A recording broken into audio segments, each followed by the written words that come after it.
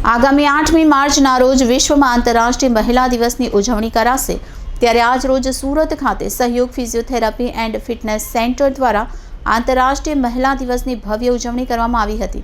સરદાર સ્મૃતિ ભવન ખાતે પૂર્વ મેયર હેમાલી બોઘાવાલા અને ડીસીપી ભક્તિ ઠાકરની ઉપસ્થિતિમાં મહિલા દિવસની ઉજવણી કરવામાં આવી હતી।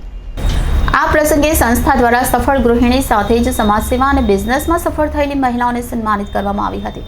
આ અંગે સહયોગ ફિઝિયોથેરાપીના સંચાલક ડોક્ટર આફરીન જસાણીએ જણાવ્યું કે આજે મહિલા પુરુષ સમૂહડી બનીને દેશના દરેક ક્ષેત્રમાં પુરુષો સાથે ખભેથી ખભો મિલાવી કામ કરી રહી છે ત્યારે આંતરરાષ્ટ્રીય મહિલા દિવસના ઉપલક્ષ્યમાં ગૃહિણી હોવા સાથે જ સમાજ સેવા અને બિઝનેસ જેવા ક્ષેત્રમાં સફળ થયેલી મહિલાઓને સન્માનિત કરવાનો કાર્યક્રમ આજ રોજ યોજવામાં આવ્યો હતો। વરાછા સ્થિત સરદાર સ્મૃતિ ભવન ખાતે આયોજિત કાર્યક્રમમાં મુખ્ય અતિથિ તરીકે પૂર્વ મેયર હેમાલી બોઘાવાલા અને ડીસીપી ભક્તિ ઠાકર ઉપસ્થિત રહ્યા હતા। આ કાર્યક્રમમાં કુલ 1200 જેટલી મહિલાઓએ ભાગ લીધો હતો। સંસ્થા દ્વારા 50થી વધુ મહિલાઓને સન્માનિત કરવામાં આવી હતી। મારું નામ ડૉક્ટર આફરીન જસાની છે। સહયોગ ફિઝિયોથેરાપીથી અમે બિલોંગ કરીએ છીએ। ઇન્ટરનેશનલ વુમન્સ ડે દરેક સ્ત્રી માટે ખૂબ જ મહત્વનો દિવસ હોય છે કે જ્યારે તેને ખૂબ જ સ્પેશિયલ ફીલ થતું હોય છે।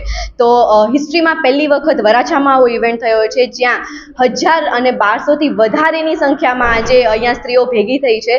અહીંયા આજે ફેશન શો જે કલ્ચરલ છે જેમાં જેવી બ્રેવ વુમન્સ નું રિપ્રેઝન્ટેશન થવાનું છે, સાથે જ અહીંયા આજે ડાન્સ કોમ્પિટિશન છે અને અવોર્ડ સેરેમની છે કે જે કોઈ પણ સ્ત્રી પોતાના ક્ષેત્રમાં ખૂબ સારું કામ કરી રહી છે એને અમે અવોર્ડ આપીને સન્માનિત કરવાના છીએ।